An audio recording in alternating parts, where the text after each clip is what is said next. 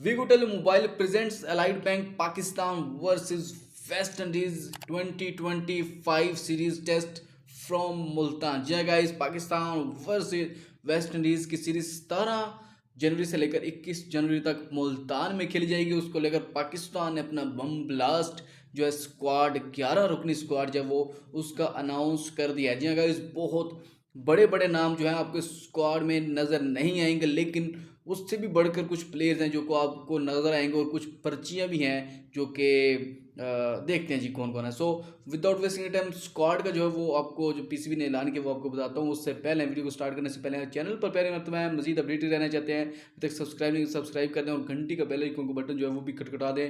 और वीडियो जो कीमती राय इजहार है वो आप बाद में कर दें, वीडियो को भी अभी से लाइक कर दें। So guys, Pakistan cricket team की तरफ से जो टेस्ट कैप्टन है वो शान मसूद है और देन मोहम्मद हुरैरा को यानी कि वो टेस्ट डेब्यू करेंगे कल।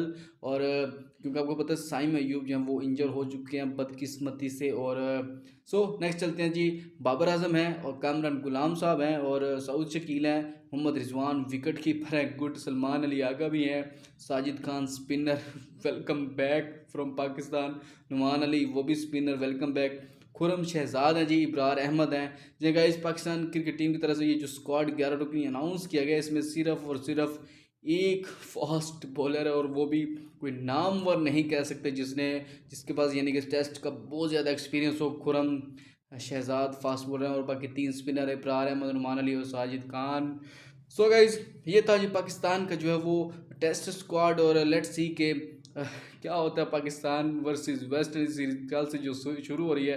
कमेंट बॉक्स में अपनी कीमती राय का इज़हार ज़रूर कीजिएगा कि यहाँ पर जो है एक जानते हैं ना उसको बैटरी भी क्योंकि आ चुकी है, बैटरी को मोहम्मद हुरैरा की जगह पे होना चाहिए था या फिर यहाँ पर होना चाहिए मोहम्मद हुरैरा, यानी कि सही कह रहे हैं। सो कमेंट बॉक्स में अपनी कीमती राय का इज़हार ज़रूर कर जाइए। इंशाल्लाह मिलेंगे नेक्स्ट टाइम। अपने बहुत सारे ख्याल, अल्लाह निगहबान।